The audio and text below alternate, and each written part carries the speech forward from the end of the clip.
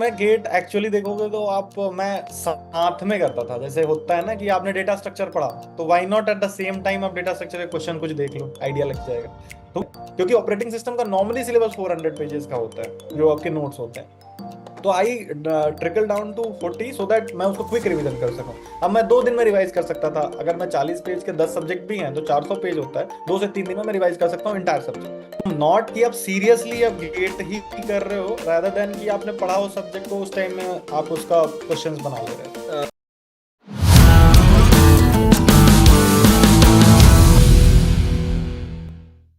So hi everyone, welcome back to the channel.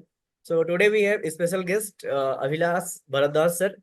Sir ने पहले सबसे पहले गेट 2020 में ऑल इंडिया रैंक 19, उसके अलावा इसरो में ऑल इंडिया रैंक 9। सर ने इसरो का एग्जाम के साथ साथ इंटरव्यू भी क्रैक किया। उसके अलावा डीआरडीओ और बार्क जैसे जो गवर्नमेंट ऑर्गेनाइजेशन है, टेक के सबसे खतरनाक इंटरव्यू सर ने क्रैक किए।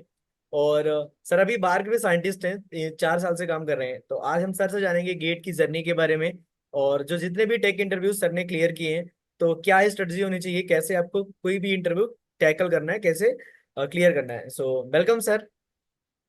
थैंक यू यार। तो इट्स सर हम स्टार्ट करेंगे आपके ग्रेजुएशन बैकग्राउंड से कि और स्कूलिंग से, कि आपने कहाँ से स्कूलिंग और ग्रेजुएशन वगैरह की थी। यार मैं 10th तक पढ़ा हूँ बिहार बोर्ड के एक स्कूल में, और 10th तक मीडियम इंस्ट्रक्शन भी हिंदी रहा है। आफ्टर दैट 11th 12th मैंने पटना में की, एक सीबीएसई बोर्ड स्कूल से। एंड आफ्टर दैट ग्रेजुएशन मैंने ट्रिपल आईटी भुवनेश्वर से कंप्लीट की, कंप्यूटर साइंस इंजीनियरिंग में। So after that BTech, sir उसके बाद जब बीटेक कंप्लीट हुआ मेरा, तो उस साल मुझे बार्क में सिलेक्शन हुआ, तो then I joined here. Thank you sir for this introduction. Sir मैंने बस सारे क्वेश्चंस लिख रखे हैं, मतलब ऐसे तो सारे क्वेश्चंस, मतलब मैं एकदम से वो हो गया तो मैंने लिख लिया था पहले से ही कि सर से क्वेश्चन पूछा जाएगा। सो सर सबसे जो इम्पोर्टेंट क्वेश्चन है, मतलब आज के डेट में अभी भी पीएसयू की रिक्रूटमेंट चल रही है। तो बच्चों को एक डाउट होता है कि उन्हें आईआईटी जाना चाहिए या पीएसयू ज्वाइन करना चाहिए, कोई भी गवर्नमेंट ऑर्गेनाइजेशन जाना चाहिए। तो आपका क्या आइडिया है इसमें, आपका क्या कहना है। यार ये एक्चुअली क्वेश्चन मुझे भी कई बार या तो लिंक्डइन या इसके थ्रू, किसी कांटेक्ट के थ्रू फेस करना पड़ता है। लोग बहुत कंफ्यूज रहते हैं कि आपको पीएसयू चूज करना चाहिए या फिर आप कॉर्पोरेट सेक्टर निकल जाओ। क्योंकि obviously there are two things, दो सेपरेट पाथ है। अगर आप पढ़ाई कर रहे हो, गेट में अच्छे रैंक्स हैं, तो आपको पीएसयू भी मिल सकते हैं, बार्क में भी हो सकता है, इसरो भी निकाल सकते हो आप। साथ में पैरेलली आपको हो सकता है IIT Bombay, IIT Madras, IIT Kanpur मिल रहा होगा। तो चूज क्या करें, यहाँ पे एक फंस जाता है मुद्दा। तो मेरे को ये समझ में आता है यहाँ पे कि आप पहले अपनी रिक्वायरमेंट देखो कि व्हाट यू सी। जैसे कुछ लोगों को होता है एक साइलेंट लाइफस्टाइल, काम लाइफस्टाइल पसंद होती है, वर्क लाइफ बैलेंस वाली पसंद होती है, जिसमें बहुत स्ट्रेच्ड वर्क आवर्स ना हो, कि आप 12 आवर्स, 13 आवर्स, 14 आवर्स डे कर रहे हैं। ऐसा नहीं कि हर कॉर्पोरेट में भी 14 आवर्स होता है, ऐसा जरूरी नहीं हाँ, है। ठीक है। लेकिन गवर्नमेंट सेटअप किसी को पसंद आता है। जैसे कुछ हमारे घर की भी लेगेसी होती है कि कुछ लोग चाहते हैं कि नहीं यार, गवर्नमेंट में ही जाए। गवर्नमेंट तो है सरकारी अब ना, नौकरी।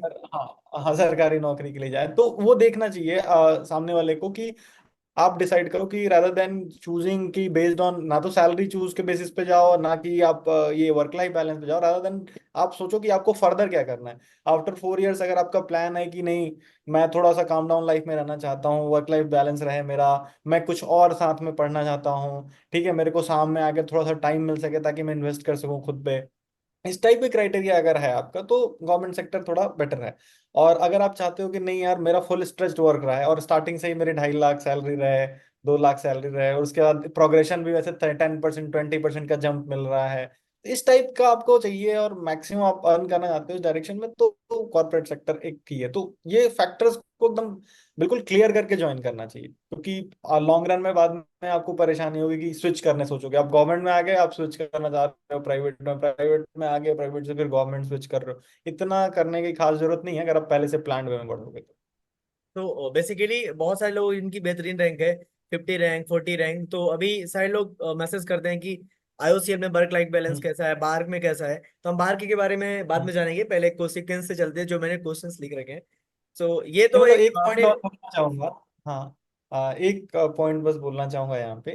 एक्चुअली जब भी आप ऐसे डिसाइड कर रहे हो ना कि ये पीएसयू है या मतलब आप गवर्नमेंट साइड है ये साइड है, तो थोड़ा ब्रॉडर पर्सपेक्टिव से सोचना चाहिए। और actually her case by case ये डिफर करता है। जैसे मेरे लिए डिसीजन के लिए अलग पैरामीटर्स होंगे, आपके लिए अलग होंगे, कोई अलग इंसान है उसके लिए अलग होंगे पैरामीटर्स, है ना। जैसे मैं बहुत सारे लोगों से, ऐसे कुछ इंटर्न्स भी आते हैं बार्क में, तो उनसे बात करता हूँ कई बार मैं कि आपको फ्यूचर क्या करना है। तो जनरली मेरे पास हमेशा 50-50 रहता है। कभी कभी कुछ लोगों को बैंगलोर लाइफस्टाइल पसंद है, they want to live in that lifestyle, तो वो ऐसा है ना कि वो डिसाइड करता है केस टू केस स्पेसिफिक पे। तो रादर देन कि एक ग्लोबल पर्सपेक्टिव लेने से अपने खुद के बारे में सोचो, और हाँ डिस्कस करो, डिस्कस करो, अपने क्वेरीज रिजॉल्व करो, जो भी सीनियर्स हैं जिनसे भी आप बात कर सकते हो, then it will be good. Pros cons पता होना चाहिए दोनों के, कि चलो इसका ये फायदा होगा, इसका ये घाटा है, वो ये चीजें होगा, पता होनी हाँ। चाहिए। तो सर, जैसे आपने बताया कि आप ट्रिपल आईटी भुवनेश्वर से आपने बीटेक किया, राइट? तो वो हम्म। तो एक टीयर 2 कॉलेज में आता होगा। टीयर टू लाइक जस्ट हमारे आईआईटीज एनआईटीज हैं और ट्रिपल आईटीज हैं वैरायटीज। गवर्नमेंट के। तो ओके। सेम टाइप में ट्रिपल आईटी वो इंफॉर्मेशन टेक्नोलॉजी के लिए स्पेसिफिक है, कॉलेज हो गया। तो it is at par with NITs, ये कह सकता हूँ मैं कि, but not like the best IITs तो नहीं है। तो सर, आपका कॉलेज मतलब ट्रिपल आईटी कॉलेज है, तो वहां तो प्लेसमेंट हो जाते हैं, मतलब 10-12 लाख का एवरेज तो, हाँ, जहां तक मुझे आइडिया है। तो आराम। सर आपका प्लेसमेंट हम्म। वगैरह में इंटरेस्ट नहीं था?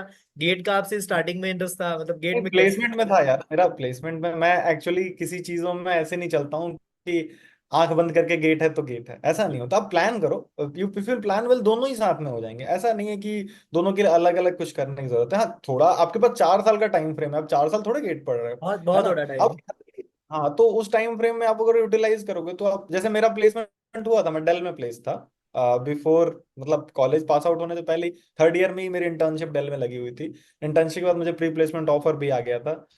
तो मतलब आई वॉज प्लेस्ड ऑलरेडी, तो मुझे ऐसा नहीं था कि गेट होगा तो ही मैं एम्प्लॉयड रहूंगा। आई आई एम देयर कि मुझे एम्प्लॉयमेंट है मेरे पास, और फर्दर स्विच कर सकते हो आप वहां जाके भी। तो रादर देन कि आप दोनों पाथ पे चलो ना स्टार्टिंग में, क्योंकि ये दोनों जुड़े हुए हैं, ऐसा नहीं कोई अलग है। आप हाँ बहुत बेहतरीन कंपनीज में जाओगे ना, जैसे माइक्रोसॉफ्ट में या गूगल में इंटरव्यू देने जाओगे, वहां वो आपसे पूछेंगे, ऑपरेटिंग सिस्टम भी पूछेंगे, डेटाबेस मैनेजमेंट सिस्टम भी पूछेंगे, आपसे पूछने वाले हैं। तो वो तो आपको गेट में भी है, गेट जितना अच्छा पढ़ लोगे वो हेल्प करेगा उसमें। सेम मेरे साथ हुआ था सर, कि मैं टीसीएस डिजिटल मैंने क्वालिफाई किया था। मैंने मतलब कुछ नहीं किया हम्म। एक्स्ट्रा, डीएसए मतलब इसी से पढ़ा, मतलब गेट के लिए। बस थोड़ा मैंने सिंटेक्स सीखा सी प्लस प्लस का, और मेरी कोडिंग मतलब मीडियम लेवल की तब हो गई थी। तो उसका इंटरव्यू भी निकल गया, गेट हम्म। के सब्जेक्ट की नॉलेज तो काफी हेल्प करते हैं प्लेसमेंट में भी, गेट के सब्जेक्ट। बिल्कुल बिल्कुल बिल्कुल बिल्कुल, वो अगर आप साथ में लेके चलोगे तो बहुत अच्छा रहता है। तो सर आपने एडमिशन 2016 में लिया था आई थिंक, बीटेक बीटेक में। 2015 to 19। 19, ओके। तो सर आपने गेट की हाँ प्रिपरेशन कौन से ईयर से स्टार्ट कर दी थी? यार, मैं गेट एक्चुअली देखोगे तो आप, मैं साथ में करता था। जैसे होता है ना कि आपने डेटा स्ट्रक्चर पढ़ा, तो why not at the same time आप डेटा स्ट्रक्चर के क्वेश्चन कुछ देख लो, आइडिया लग जाएगा। तुम नॉट कि आप सीरियसली आप गेट ही कर रहे हो, रादर देन कि आपने पढ़ा हो सब्जेक्ट को, उस टाइम में आप उसका क्वेश्चंस बना ले रहे हो। तो वो एक फायदा करता है, वो आपको दो बेनिफिट देता है। एक तो कॉलेज एग्जाम्स में भी आपको थोड़ा फायदा होगा। आप जैसे डेट, आपको पता है कि नेक्स्ट सेमेस्टर में आपको डेटाबेस मैनेजमेंट सिस्टम पढ़ाया जाएगा, तो आप उसी टाइम में गेट के कुछ नोट्स अगर फ्री मिल रहे हैं तो वो पढ़ लो, आप प्रीवियस ईयर क्वेश्चंस बना लो। तो उससे क्या होगा, ये साथ में पैरेलली प्रिपरेशन हो गई। अब लास्ट में, लास्ट 1 ईयर जो होता है, इससे अगस्त हो गया, अब जैसे अगस्त चल रहा है अभी, अब 6 महीने बाद गेट का एग्जाम है। तो इस अगस्त से आप ध्यान दो, रिवीजन प्लस सारा नोट्स एक साथ कलेक्ट करके पढ़ना, टेस्ट सीरीज बनाना। तो उसकी एक पूरी, मतलब मैंने एक पाइपलाइन बना के रखी थी, कब हम टेस्ट सीरीज बनाएंगे, सब्जेक्ट टेस्ट कब देंगे, मल्टीपल सब्जेक्ट टेस्ट कब देंगे, देन हम फाइनल टू टेस्ट कब देंगे। तो वो एक मैंने उसमें इवन लास्ट तक याद है, मैंने एक शॉर्ट नोट बनाया था। बट मेरे शॉर्ट नोट्स बहुत छोटे नहीं होते, मैंने देखा है लोगों ने शॉर्ट नोट्स बनाते 1-2 पेज में खत्म कर देते एक सब्जेक्ट को, इतना सब्जेक्ट छोटा नहीं है वो। मैं 300 को 30-40 तक ला सकता हूँ, बट 300 को 3 पेज तक लाना बहुत पेज, मुश्किल हाँ। होता है। ऐसा एग्जैक्ट। क्या कर सकते हैं उसमें। तो मेरे जो ऑपरेटिंग सिस्टम के नोट्स, आई थिंक 30-40 पेज के शॉर्ट नोट्स थे वो, 40 पेज का शॉर्ट नोट था, ऐसा नहीं कि बहुत छोटा था वो। ठीक है, क्योंकि ऑपरेटिंग सिस्टम का नॉर्मली सिलेबस 400 पेजेस का होता है, जो आपके नोट्स होते हैं। तो I trickle down to 40 so that मैं उसको क्विक रिवीजन कर सकूं। अब मैं 2 दिन में रिवाइज कर सकता था, अगर मैं 40 पेज के 10 सब्जेक्ट भी हैं तो 400 पेज होता है, 2 से 3 दिन में मैं रिवाइज कर सकता हूँ इंटायर सब्जेक्ट। और सारे तो 40 के होंगे भी नहीं, कुछ तो 4-5-6 पेज के भी होंगे वैसे।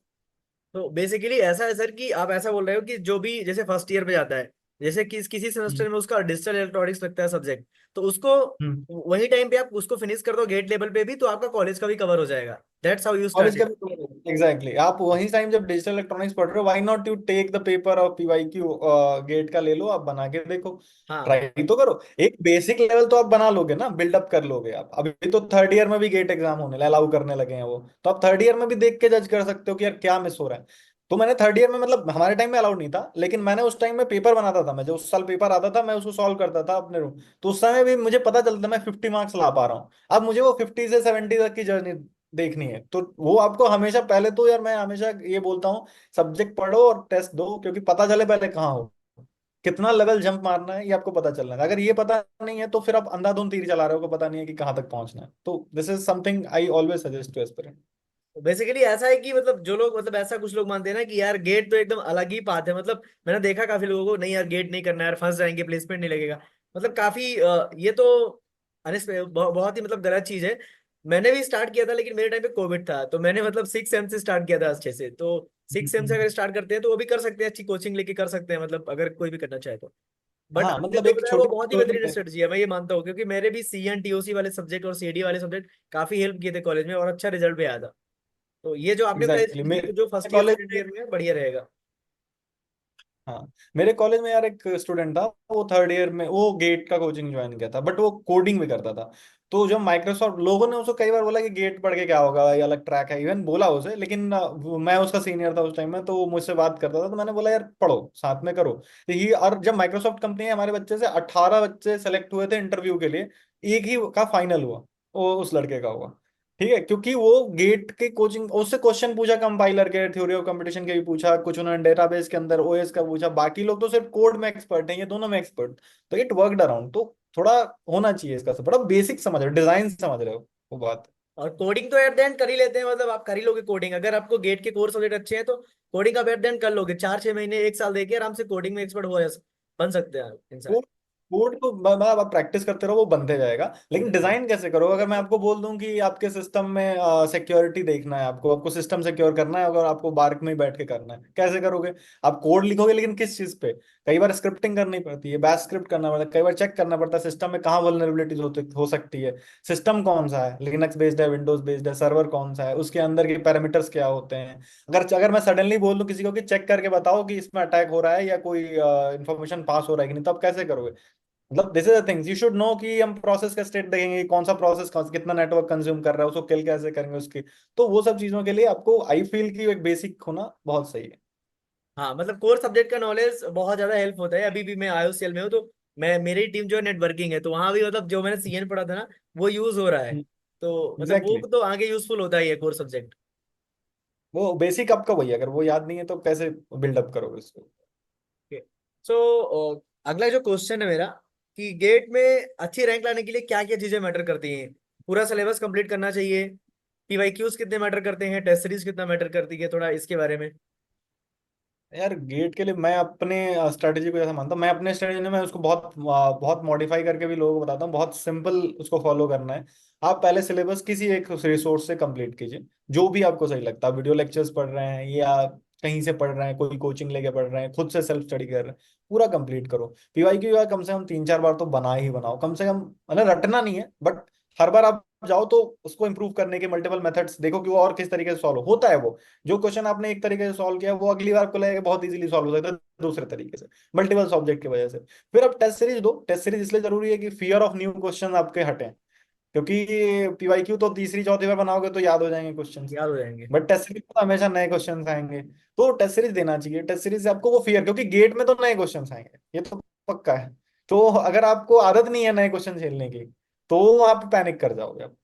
तो ये एक पार्ट होता है, और लास्ट में तो आपको लास्ट 2-3 महीने तो ट्राई करोगे बहुत पढ़ने का, 8-8 घंटे, 8 घंटे, 10 घंटे, 9 घंटे ऐसे खींचो लास्ट के मंथ्स में, और रेगुलरली करते रहो, वो हो जाएगा आपको time to time.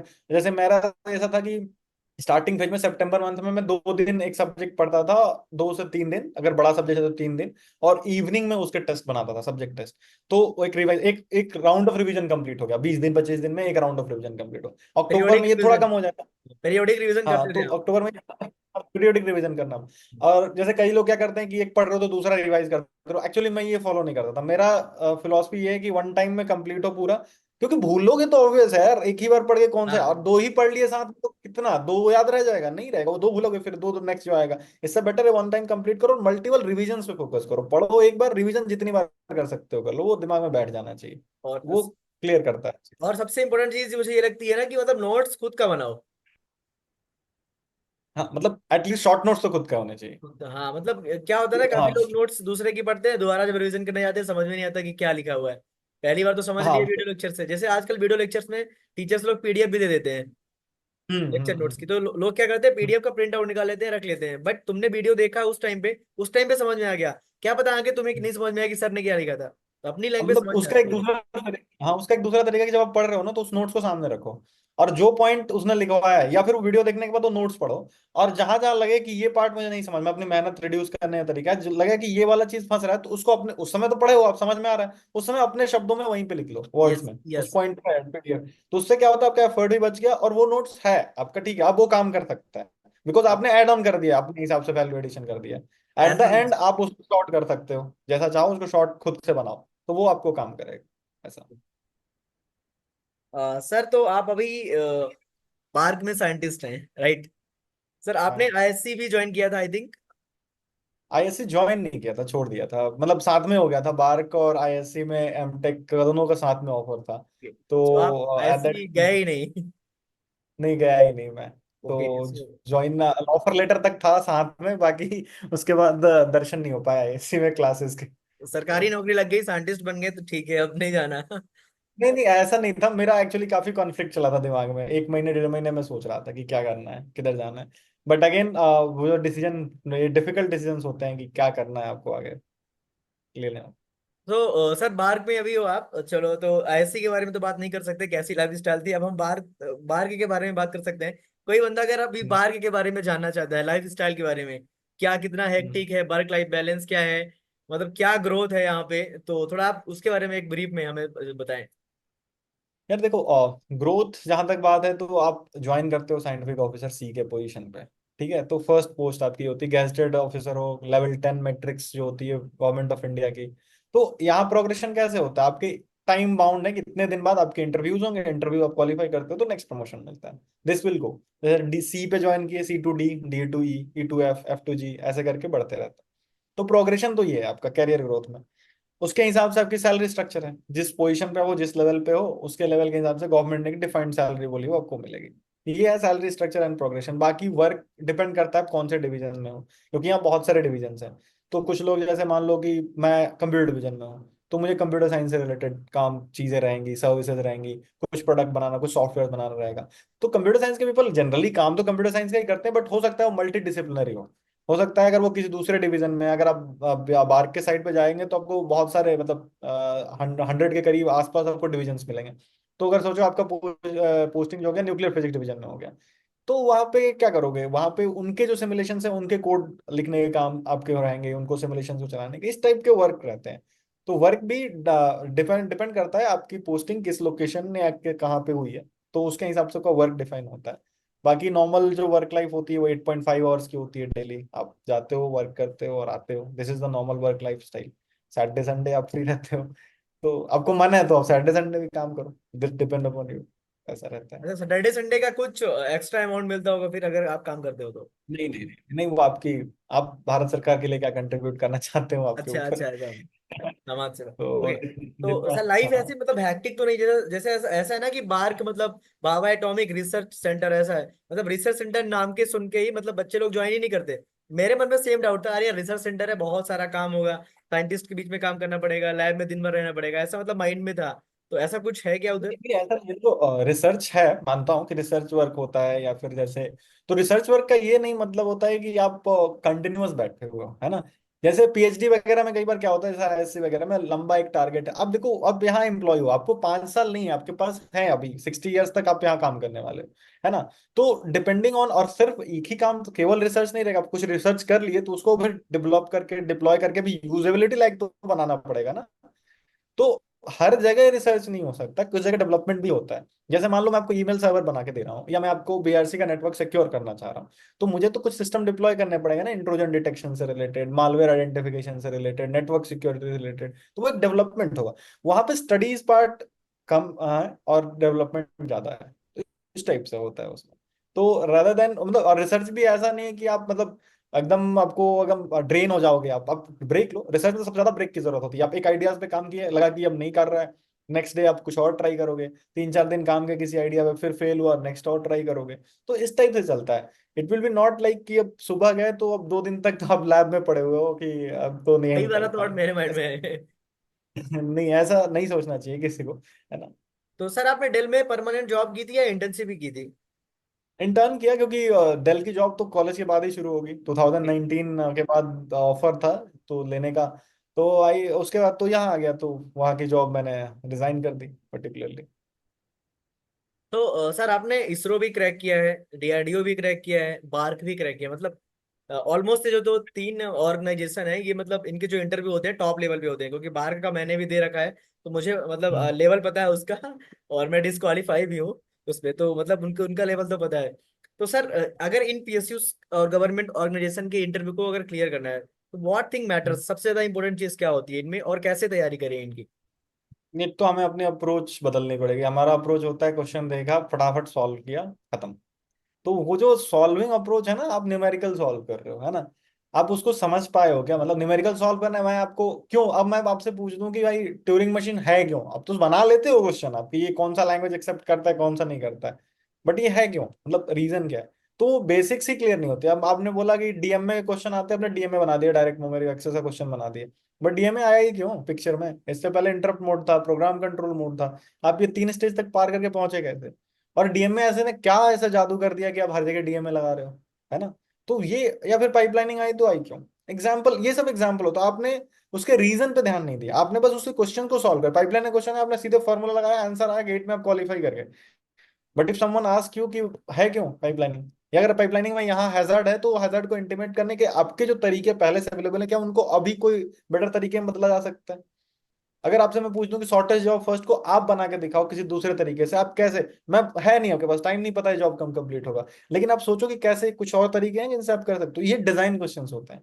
So whenever design question comes, आपके अपने एप्लीकेशन और थॉट प्रोसेस बहुत जरूरत होते हैं, और वो आते हैं अपने कितने अच्छे से बेसिक्स पढ़ा है ना।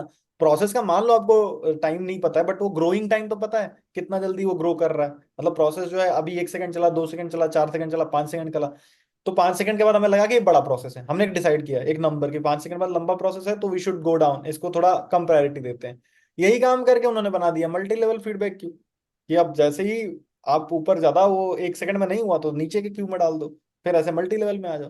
तो इट इज इवॉल्व इवॉल्व हुआ, एसजेएफ था, एसजेएफ को नहीं कर सकते थे, इसलिए उन्होंने मल्टी लेवल फीडबैक। ये आपको एक प्रोसेस नहीं समझ में आएगा तो, स्पेशली बीआरसी में थोड़ी दिक्कत ज्यादा होती है, क्योंकि दे ट्राई टू, वो बेसिक्स ही पूछते हैं, बट बेसिक्स वो डिग पूछते हैं। डाउन आपके अंदर। हाँ, वो कुछ नया नहीं पूछते आपसे कि जो आप नहीं जानते हो, बट वही है कि वो थोड़ा बेसिक्स के आसपास जाने की कोशिश करते हैं, और अगर जो सरफेस लेवल पे क्वेश्चन इन्होंने बनाए हैं उनको दिक्कत होती है। बाकी डीआरडीओ का इंटरव्यू मिड में मानता हूँ मैं, इसरो टाइप का ही, और डीआरडीओ का इंटरव्यू थोड़ा इतना लंबा नहीं चलता हो, है ना। इसरो का इंटरव्यू मेरे को लगता है कि मुझे 15 मिनट 20 मिनट के आसपास चला था। वहाँ मोस्टली क्वेश्चंस और आंसर्स होते हैं, जैसे फायरवॉल क्या है, कितने टाइप के फायरवॉल, आपने फटाक से आंसर किया, फिर नेक्स्ट क्वेश्चन। रैपिड थोड़ा फायर। वो रैपिड फायर मोड में रहता है कि जल्दी क्वेश्चन और आंसर चलते रहते। जैसे मेरे से पूछा गया था कि माइक्रो कंट्रोलर्स क्या होते हैं, और माइक्रो प्रोसेसर माइक्रो कंट्रोल का डिफरेंस बताओ। तो अगर वो बार्क में पूछते तो मैं एक्सपेक्ट करता कि बहुत डीप में जाएंगे, बहुत। है ना। बट उनको सिर्फ मतलब मैं जो आंसर दिया उनसे वो सेटिस्फाइड थे कि यार माइक्रो प्रोसेसर में और माइक्रो कंट्रोलर में पहले तो आईओ का डिफरेंस होता है, और माइक्रो कंट्रोलर एक कंप्यूटर टाइप का हो गया ना, पूरी सारी सिस्टम एड्रेस वगैरह सब कुछ एक जगह पे आ गए, उसको सारा काम कर रहा है। माइक्रो प्रोसेसर तो सिर्फ एक प्रोसेसिंग यूनिट है ना, ये कंपोनेंट हो सकता है कंट्रोलर। तो ये एक बेसिक डिफरेंस है भी, they're happy, but I think in BRC if they will ask this question they will go down the line on this. So sir तो बार्क और इसरो और डीआरडीओ में सबसे डिफिकल्ट आप बार्क को बता रहे हो नंबर वन पे? हाँ, बार्क में थोड़ा मतलब अगर आप देखो, फायदा भी बार्क में ही है, दोनों है, प्रॉस कॉन्स बार्क के वही हैं। बार्क इंटरव्यू में एक तो बेनिफिट भी आपको मिलेगा और घाटा भी हो सकता है। बेनिफिट ये है कि टाइम है आपके पास, तो आप सोच के भी बता सकते हो, और आप कोशिश करोगे वो हिंट पकड़ के बहुत ज्यादा, तो मतलब अगर आपके अंदर है तो वो निकल जाएगा वहां पे। बट इसरो में कई बार क्या होता है, उस इंस्टेंट पे शायद हम वो चीज भूल गए, तो उतनी हिंट नहीं मिलेगी, हो सकता है हम वो गलत कर दें। तो at this moment I feel कि एक अच्छा भी है और बुरा भी है, दोनों बात भी है इसमें। तो जिसके पास नॉलेज है उसके लिए बहुत अच्छा है कि चलो टाइम है, बहुत जिसके अच्छा है। मतलब कॉन्सेप्ट समझ वगैरह के किए हैं तो हाँ, मैं जिसके तो कॉन्सेप्ट क्लियर है उनके लिए बहुत बेटर है वो। तो, मैं तो एकदम से स्टक हो गया था क्योंकि मेरा पहला ऑफलाइन इंटरव्यू था अपने लाइफ का। तो मैं ओके। तो मतलब ऐसे उम्मीद कर रहा था कि कुछ कठिन पूछेंगे, तो मेरे से क्वेश्चन पूछा सर ने कि find hmm. Maximum and find second maximum hmm. In the array. मैंने बता तो दिया, बट मैंने उसमें इंट हम्म। मैक्स यूज कर लिया था, प्रोग्रामिंग में यूज करते ना इंट मैक्स इंट मिन। हम्म। तो मुझसे हम्म। पूछे बताओ ये किस लाइब्रेरी में होगा, तो मैंने बताया हम्म। सर हैज इंक्लूड आयोड स्ट्रीम ये सब पढ़ा है मैंने, मुझे क्या पता, इतने डेप्थ में तो पढ़ा नहीं था मैं उस टाइम पे, केवल गेट निकाल के चला गया था। तो थोड़ा सा लिमिट्स मतलब डॉट एच शायद होता है ना, शायद, I think, I don't know, पूरा तो याद नहीं है मुझे भी। वो लिमिट्स मैथ करके भी डॉट एच कुछ लिखते। होता है, एक फाइल होता है उसमें होता है हाँ शायद। हाँ हाँ हाँ हाँ, मैथ डॉट या लिमिट्स करके कुछ तो होता है, मुझे भी अभी याद नहीं है, मैं सी और सी प्लस प्लस से काफी दूर हो चुका हूँ कुछ दिनों में। तो तो मतलब ऐसा लग रहा था ना कि बहुत ही बेसिक क्वेश्चन पूछ रहे हैं वो, लेकिन मतलब उतना बेसिक हम पढ़े नहीं रहते हैं तो फंस जाते हैं। नहीं नहीं, क्योंकि अब सोचो आप अपने इंटमैक्स लिया, मतलब कभी तो आपने यूज किया होगा इंटमैक्स। यूज अब किया इंटमैक्स कर रहे होगे तो आपको ये तो पता होना चाहिए कि किस लाइब्रेरी का पार्ट है। में वही। एग्जैक्टली, तो तो ये उतना तो बेसिक, उतना अब हम यहाँ पे सोचते ही वो नहीं लोग है। बोले। हाँ, तो वो आपको क्यों का आंसर तो पता होना चाहिए कि आप कर रहे हो तो क्यों कर रहे हो। दूसरा चीज जो है वो ये है कहाँ पे, आप ऐसे ही थोड़े इंक्लूड कर दोगे कुछ भी। तो ये था पीएसयूज की मतलब क्रैक करने की स्ट्रेटजी की, आपका बेसिक स्ट्रांग होना चाहिए, आपके पास एक थॉट प्रोसेस होनी चाहिए, आपको डायरेक्ट सॉल्व नहीं करना है क्वेश्चन। तो सोचना है थोड़ा साइंटिस्ट की तरह, थोड़ा सा साइंटिस्ट बनोगे तो वो सोचना है। हाँ, और मतलब थोड़ा सोचो, क्वेश्चन की इज्जत थोड़ी सी करनी होती है ना, एक हम लोग बोलते हैं थोड़ी क्वेश्चन की रेस्पेक्ट कर लेते हैं कि करना क्या चाह रहा है। अब आरटीटी है तो राउंड ट्रिप टाइम नेटवर्किंग में होता है, तो या फिर प्रोपगेशन डिले होता है, ट्रांसमिशन डिले होता है, वो ट्रांसमिशन डिले इंट्रोड्यूस क्यों हो रहा है। मतलब if I last simple question, transmission delay क्यों हो रहा है। मतलब यार पैकेट्स पड़े हुए हैं, वो चले जाए निकल जाए, तो क्यों हो रहा है। So there are a lot of things involve ना, वो प्रोग्राम कॉल करके एक एक डेटा को पैकेट के फॉर्म में कन्वर्ट करना, फिर पैकेट के फॉर्म को फिजिकल लेयर में इनकोड करके भेजना, इसके बीच जो डिले है वो हम ट्रांसमिशन के लिए बात कर। तो दिस इज द थिंग कि अब ये आया तो आया किस चीज की वजह से, तो वो आप बताते हो तो उनको पता होता है कि हाँ, डीबग भी होगा तो कर सकता है ये नेटवर्किंग में कुछ आके, और वो जरूरत भी वैसी पड़ेगी यहाँ पे। तो सर आपसे मतलब कौन कौन से क्वेश्चंस कुछ याद है बाहर के में जो पूछे गए हो आपसे? मुझसे यार कुछ तो सेमाफोर्स पे क्वेश्चन पूछा गया था। मेरा सबसे पहला ही क्वेश्चन जो था वो जीपीयू पे था, क्योंकि मैंने शायद जीपीयू बोल दिया था। कुछ एक प्रोसेस में स्टार्टिंग में ही मैंने जीपीयू का नाम लिया, और जीपीयू कभी भी हम लोग अपने सिलेबस में नहीं पढ़ते हैं। तो देवर इंटरेस्टेड इन नोइंग कि मुझे क्या पता है जीपीयू में। तो ग्राफिक प्रोसेसिंग उन्होंने यूनिट। थोड़ा डीप डाउन किया उस पे। जैसे कि जीपीयू क्या होता है, कैसे काम करते हैं, आप कैसे फास्ट करता है चीज़ों को। फिर आप बोल रहे हो किसका पावर रेटिंग क्या होता है, सीपीयू ज्यादा पावर कंज्यूम करता है, जीपीयू पावर ज्यादा कंज्यूम करता है, सीपीयू क्यों नहीं इतना फास्ट है जितना जीपीयू है ना। तो क्या हम पूरा कंप्यूटर ही जीपीयू पे चला सकते हैं क्या। तो इस टाइप की चीजें जो है ना, वो मैंने बहुत तरह से आंसर किया था, शायद लास्ट एक क्वेश्चन आता पावर रेटिंग, मुझे क्लियर नहीं था। बट मैंने अपना इंट्यूशन उनको बताया कि सर जहां तक, मैं पहले उनको बोल दिया आप पहले क्लियर बता दो कि मुझे नहीं पता। मैंने उनको बताया था पावर रेटिंग मुझे नहीं पता है सर, कि क्या होता है कितना है। बट मैं गेस कर सकता हूँ कि गेम खेलते टाइम में हीटिंग ज्यादा होती है जीपीयू से। तो that is the thing we have seen. तो हीटिंग हो रही है, मतलब आई स्क्वायर करंट ज्यादा ले रहा है, पावर कंजम्पशन ज्यादा हो रहा है। बट पर कोर पावर में देखेंगे तो जीपीयू कम लेता है, बट ओवरऑल आपको दिखेगा, तो वो एक फैक्टर आपको उनको क्लियरली बताओगे तो ऐसा बेटर रहेगा चीज। तो सर जैसे कुछ कोई बार का इंटरव्यू देने जाता है तो वहां पे एक सब्जेक्ट में लिखवाते हैं ना, 5 सब्जेक्ट ना शायद। अभी, हाँ, ट्रेंड तो है वैसे, हाँ, ट्रेंड 30 वही है ना, सब्जेक्ट्स लिखवा। मैंने भी लिखे थे। तो आपने सब्जेक्ट मतलब रैंडम लिखे थे या आप तैयार करके गए थे पहले से? नहीं, मतलब मेरे फेवरेट, मैं डिजाइन सब्जेक्ट ज्यादा पसंद करता हूँ हमेशा से, मतलब जब से मैं बीटेक कर रहा हूँ मुझे डिजाइन सब्जेक्ट ही पसंद आते हैं। जैसे जनरली लोग डेटा स्ट्रक्चर एल्गोरिदम बहुत पढ़ते हैं, तो लोग बहुत लोग वो लिखते हैं, मुझे उनसे वैसा प्रॉब्लम नहीं है कि मैं वो नहीं लिख सकता। बट मुझे जैसे ओएस सीओ है, जैसे मेरा पहला सब्जेक्ट ही कंप्यूटर ऑर्गेनाइजेशन आर्किटेक्चर था, तो उन्होंने वो पॉइंट आउट किया कि यार ये सब्जेक्ट तो कोई नहीं लिखता है, तुमने पहला ही सीओ लिख दिया। मतलब ये लोग, बहुत लोग अवॉइड करते हैं, हम बोले सर अब मुझे यही पसंद आता है, तो COA OS DBMS data structure C, ये सब सब्जेक्ट्स मैंने लिखे थे जनरली, इन सीक्वेंस में लिखा था, क्योंकि मुझे डिजाइन में आंसर करने में ज्यादा मजा आता है, रादर देन कि वो थोड़ा फील होता है, ऐसे कह सकते हैं, एब्स्ट्रैक्ट नहीं है वो थोड़ा ऐसा। उसका थोड़ा मैच भी हो गया ना एक तरह से कि मतलब रिसर्च पे आप जाओगे तो थोड़ा उधर मतलब थोड़ा सा तो है इंक्लूडेड है वो चीज। हाँ, मतलब जैसे कि आप प्रोपोजिशनल लॉजिक बताते हो या डिस्क्रीट मैथमेटिक्स बताते हो, तो क्वेश्चन देंगे, क्वेश्चन सॉल्व करोगे, उसके बारे में बताओगे, ग्राफ थ्योरी बताओगे। बट अगर वो मुझे प्रॉब्लम देंगे तो रियल लाइफ प्रॉब्लम देंगे ना, कि पीसी में ये हो गया, डेडलॉक हो गया, कैसे आइडेंटिफाई करोगे, तो वो वो प्रॉब्लम मुझे ज्यादा थोड़े रियलिस्टिक अपने लिए लगते हैं, ये मेरी थोड़ी सी प्रेजुडिस है इस में। सो ये बहुत ही बेहतरीन जो पॉडकास्ट हमने रिकॉर्ड किया सर के साथ, और गेट से लेके सर ने अपनी जर्नी बताई पीएसयू तक। सर ने डेल में भी, मतलब सर अच्छी जगह से ही है, कॉलेज भी उनका सही है। सर ने डेल में इंटर्नशिप भी की, उसके बाद गेट भी निकाला, इसरो भी निकाला, उसके बाद अभी साइंटिस्ट भी है। तो मतलब बहुत बड़ी अपॉर्चुनिटी है मेरे लिए, खासकर कि मैं सर का इंटरव्यू ले रहा हूँ। और अरे यार, और मतलब साइंटिस्ट मार्क में सर है। तो thank you sir for coming. और एक लास्ट मैसेज जो आप देना चाहें अपकमिंग गेट एस्पिरेंट्स और अपकमिंग जो पीएसयूज गवर्नमेंट ऑर्गेनाइजेशन है कि जो बार्क ज्वाइन करने वाले हैं, उनको आप जो मैसेज देना चाहें। यार उनके लिए सबसे पहला है कि जब वो पहले बार रिटर्न निकालते हैं उसका सबसे पहले परेशान होता है कि इंटरव्यू का तैयारी कैसे करना है।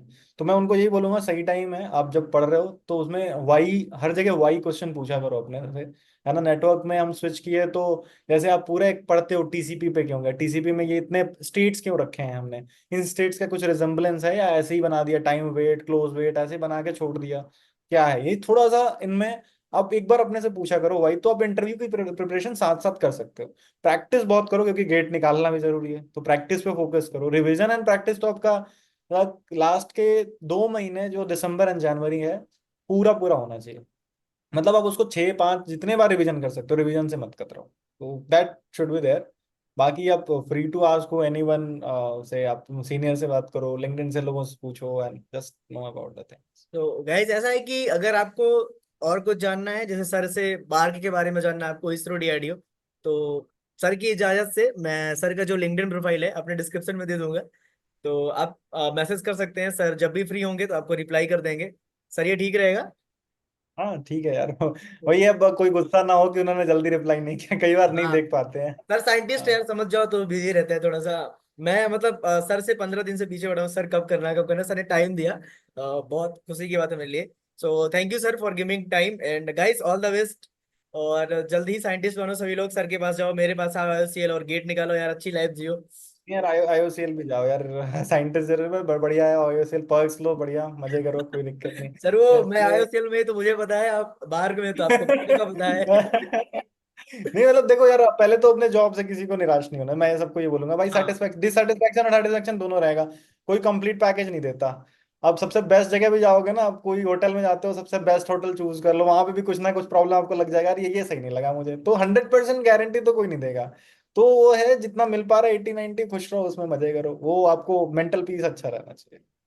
तो thank you guys for watching, और ऐसे ही वीडियोस के लिए, टेक वीडियोस के लिए सब्सक्राइब करते रहें चैनल को, बने रहें। Thank you sir. Thank you, thank you, thank you very